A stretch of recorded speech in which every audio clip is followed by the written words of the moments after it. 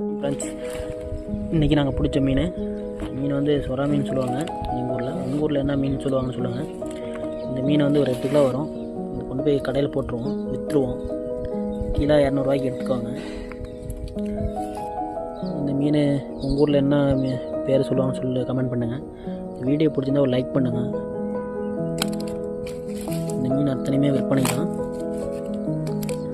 அதுங்க ஃப்ரெஷ்ஷான மீன், காவேரி மீன். காவேரி ஆற்றில் பிடிச்சது. கறி மீன் அது. கேரளாவில் இந்த மீன் ரொம்ப ஃபேமஸ்ஸு. லோடு கணக்கில் போகும் அந்த மீன்.